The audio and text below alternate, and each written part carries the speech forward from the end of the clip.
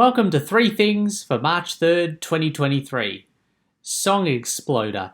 So I'm probably pretty late to the party here, but there's this podcast called Song Exploder and it's remarkable. In 30-minute episodes, host Hrishikesh Hirway talks to musicians who break down how they make one of their songs, how they made one of their songs. And as the artist retraces their steps of how a song is made, you get to feel what it's like to move through the creative process, as if you're creating the song with them.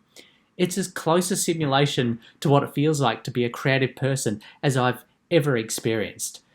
These are my favourite episodes, for what it's worth. Kimbra, Top of the World, Madonna, Hung Up, The War on Drugs, I Don't Live Here Anymore, John Lennon, God, Billie Eilish, Everything I Wanted, and Fleetwood Mac, Go Your Own Way. You'll probably have your own favourite episodes. How my partner and I solve problems. One of the things I love most about my partner Sierra is how we solve problems. I used to think if I did everything right in my life, I would have fewer problems in my life. Ha ha ha ha ha ha ha ha. It doesn't matter how well you make decisions or how good of a person you are, you will always face just as many problems of various shapes and sizes as the next person. It was in the contract when we signed up to becoming a human being on this planet. Always read the contract.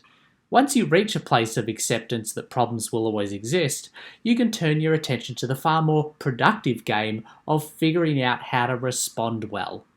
Last weekend, the problem we decided to try and solve was it feels hard to save up and spend money on different types of travel. We both really value travel, but with both of our families overseas, it gets really expensive really quickly to see them. We also want to see more of New Zealand and still go on the occasional day trip. So how do we afford to do all of this? These are the steps I follow whenever meaty problems crop up in my life. 1. Identify the problem and write it down as a statement. Notice it, call it out, don't pretend it doesn't exist. It does. An example? It feels hard to save up and spend money on different types of travel. 2. Decide if the problem is worth solving now or whether it can wait. Example, we decided the problem was worth solving now. I'm just going to change that right as we're talking here. Solving now, since it takes some time to save up for international trips. 3. Share the problem with someone who is a good listener. Problems are way less scary and often vaporize into thin air when you talk about them with someone else. Something you will learn by doing this is that most people will have experienced a version of the problem. You are not alone. Example, instead of keeping it to myself that I was finding it hard to picture how we would be able to do the travel we wanted to do, I talked about it with Sierra.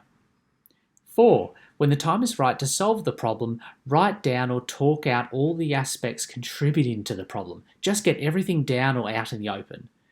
For example, some aspects for us included we want to see one of our families at least once a year.